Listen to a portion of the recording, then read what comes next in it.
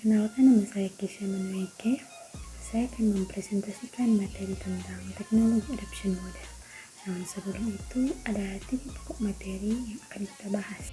Materi yang pertama yaitu teknologi adoption model, yang kedua analisis bisnis, dan yang ketiga jenis-jenis teknologi. Jadi, apa itu teknologi adoption model?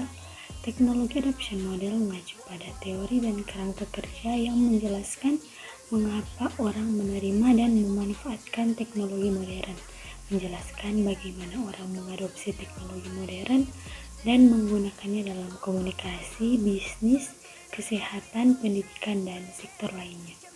Adopsi teknologi berarti menerima dan memanfaatkan teknologi modern dan percaya diri. Ada pula faktor-faktor yang merangsang atau mempengaruhi teknologi adoption model. Yang pertama, faktor sosial, faktor efek, faktor kompleksitas, faktor kesesuaian tugas, dan yang terakhir adalah faktor konsekuensi jangka panjang. Teknologi adoption model memainkan peran penting dalam meningkatkan teknologi lebih lanjut. Contoh, pandemi COVID-19 telah membuktikan pentingnya adopsi teknologi dalam konteks sosial, politik, pendidikan, dan bisnis. Misalnya, di masa pandemi COVID-19, siswa telah melakukan kelas virtual melalui platform pertemuan online seperti Google Meet, Zoom Meeting, Microsoft Teams, dan Skype. Selain itu, banyak organisasi telah menangani rapat perusahaan melalui aplikasi konferensi web ini. Tujuan utama teknologi adoption model adalah untuk menjelaskan penerimaan komputer yang bersifat umum dan mampu menjelaskan perilaku pengguna di berbagai teknologi, komputasi, penggunaan akhir, dan populasi pengguna.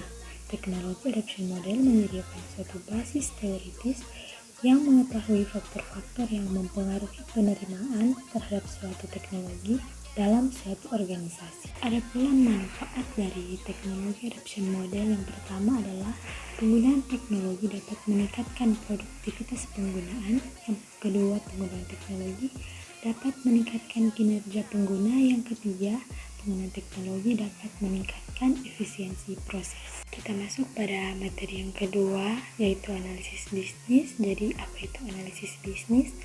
Analisis bisnis adalah rangkaian kegiatan yang dilakukan dalam mengamati sesuatu dengan mendetail, mulai dari menguraikan, membedakan, dan memilah hingga bisa ditafsirkan apa yang menjadi maknanya. Sifat dari analisis bisnis yang pertama adalah menekankan anggaran, yang kedua pengambilan keputusan, yang ketiga mengukur pencapaian, yang keempat pemahaman terhadap situasi, dan yang kelima efisiensi.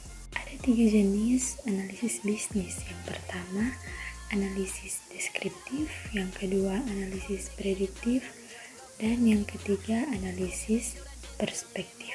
Masuk pada materi yang ketiga, yaitu jenis-jenis teknologi. Jenis-jenis teknologi terdiri dari teknologi bidang informasi, teknologi bidang komunikasi, teknologi bidang transportasi, teknologi bidang pendidikan, teknologi bidang kesehatan, teknologi bidang konstruksi, teknologi bidang pertanian, teknologi bidang arsitektur, artificial intelligence, AI, dan yang terakhir teknologi bidang bisnis.